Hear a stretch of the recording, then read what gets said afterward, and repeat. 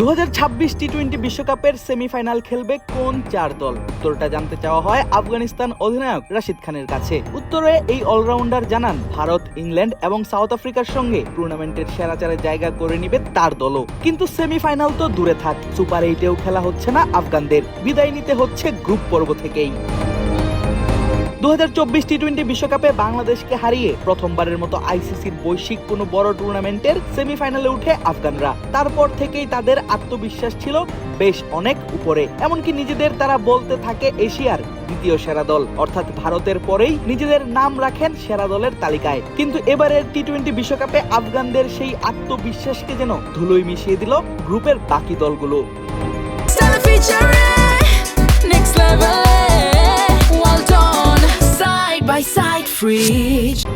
Group ডিতে আফগানিস্তানের সঙ্গে ছিল সাউথ আফ্রিকা, নিউজিল্যান্ড, সংযুক্ত আরব আমিরাত এবং কানাডা। প্রথম ম্যাচে 182 রান করেও তারা হারে কিউইদের বিপক্ষে 5 উইকেটের বড় ব্যবধানে। তবে দ্বিতীয় ম্যাচে ঘটে দারুণ নাটকীয়তা। দুই দলই 187 রান করলে খেলা গড়ায় সুপার ওভারে। সেই সুপার ওভারও ড্র হলে খেলা গড়ায় আরও এক সুপার ওভারে। সেই ম্যাচ জিতে যায় সাউথ আফ্রিকা। তৃতীয় ম্যাচে আফগানরা সংযুক্ত আরব আমিরাতের বিপক্ষে জিতলেও তাকিয়ে থাকতে হয় নিউজিল্যান্ডের ম্যাচের দিকে।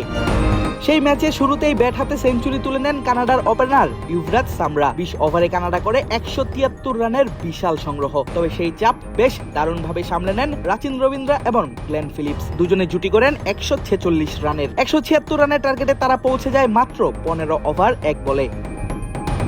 কানাডার বিপক্ষে নিউজিল্যান্ডের এই জয়ে নিশ্চিত হয়ে যায় আফগানিস্তানের বিদায়। 3 ম্যাচের 2টিতেই হেরে বিদায় ঘন্টা বাজে আফগানদের। সমান 3 ম্যাচ খেলে 3টিতেই জয় পেয়ে গ্রুপে সবার উপরের জায়গাটা ধরে রাখা সাউথ আফ্রিকা সবার শুরুতে নিশ্চিত করে সুপার 8। 3 ম্যাচের 3টিতে জয় পায় নিউজিল্যান্ডও। ফলে কানাডার সঙ্গে আফগানিস্তানের আরও একটি ম্যাচ বাকি থাকলেও ইতোমধ্যেই নিশ্চিত হয়েছে মাত্র 1 ম্যাচ জেতা রাশিদ খানদের বিদায়।